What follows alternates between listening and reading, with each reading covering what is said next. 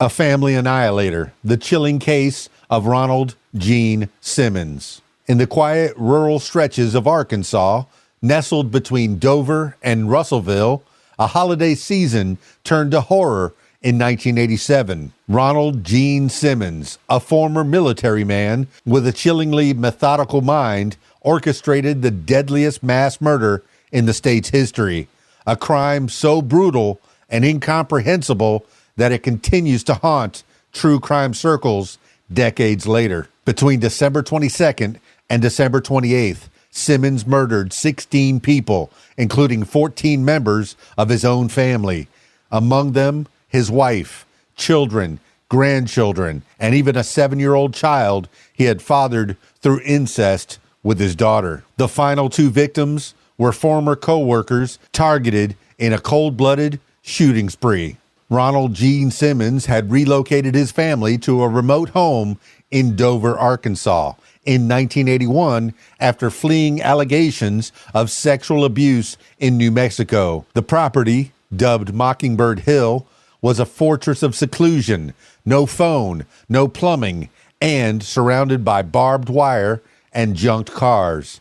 Simmons exerted complete control over his household, and neighbors noted the family's eerie isolation. On December 22nd, 1987, Simmons began his rampage. First, he shot his wife, Rebecca, and then his eldest son, Gene Jr., then strangled and drowned his 3-year-old granddaughter. Over the next 2 days, as his children and their families arrived for Christmas, Simmons calmly unalived each one of them. He stored their bodies either in the backyard or in the house, wrapping some in plastic and stacking others in neat rows. Among the victims was Sheila, Simmons' daughter, whom he had impregnated during years of incestuous abuse.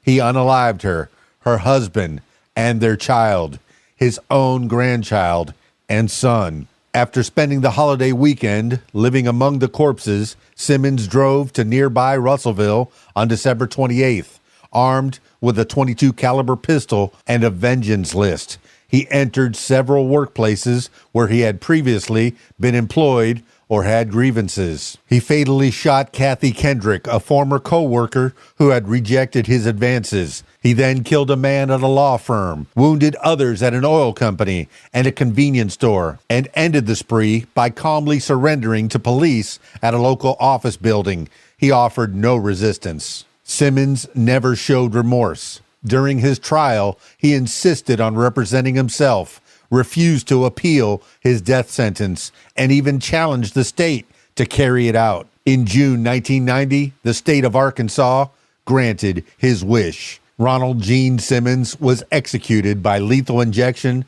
at the Cummins unit, becoming one of the rare inmates to voluntarily accept execution. Ronald Gene Simmons left behind a legacy of carnage and an enduring question: what drives a man to annihilate his entire family? By the way, if you're having problems with your family, you can leave. You don't have to unalive these people. You can just go. Just go. Stick around for more. It's KeysDAN, RadioWhat.com, DJLittleRock.com. Peace. I'm out of here.